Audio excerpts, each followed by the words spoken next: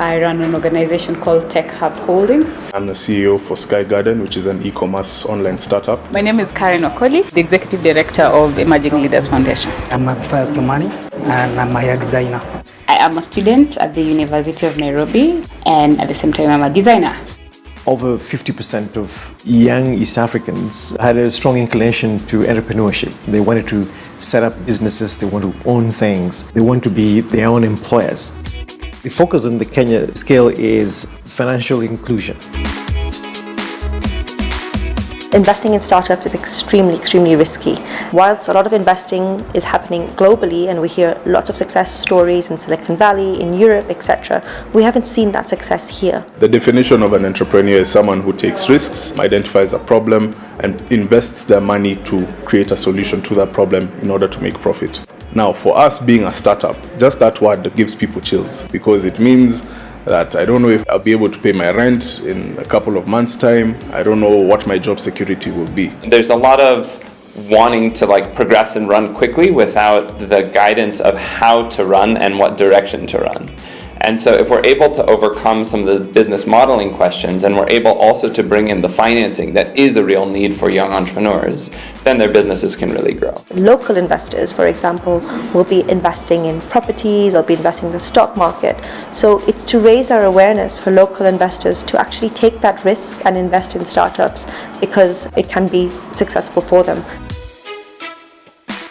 A lot of our banks say that they work with the SME, we want to mentor the youth and help them.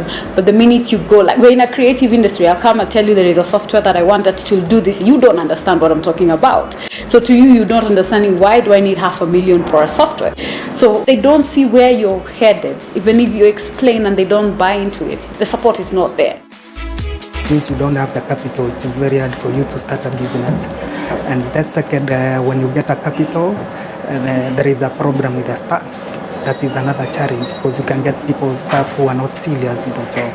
That's another challenge. If at all you have an idea, finances should never be a problem. Just you'll always find a way to start. For me, I started with the money that I was given through the HELB loan. As long as you know where you're going, it will never be a problem how you're going to get finances. The main challenges I've experienced in this business is that it's a male-dominated work, and therefore it has its ups and downs. You cannot go park somewhere where there are so many male taxi drivers, so you have to find your niche in the market. If you ask any entrepreneur, they're going to say lack of capital. They say we need money and we can't get money. If you ask any investor, they're going to say they're just not ready. These enterprises just cannot absorb capital.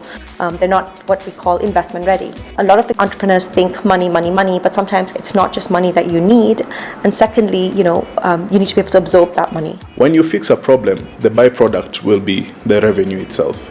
And that's what investors want to see. So you need to obviously make sure that whatever idea or whatever problem it is that you're trying to solve is, number one, having an impact. If that has an impact, that automatically translates into revenue. And now you also need to make sure that you have something that's scalable.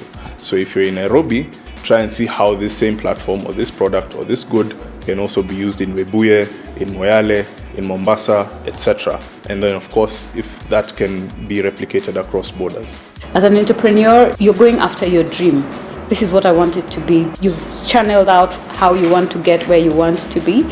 So you can do it slowly, surely. And then you have the exposure of now running the business. You have to understand your business, learn the behind the scenes of how a business runs. And not everyone is cut out for it, of course.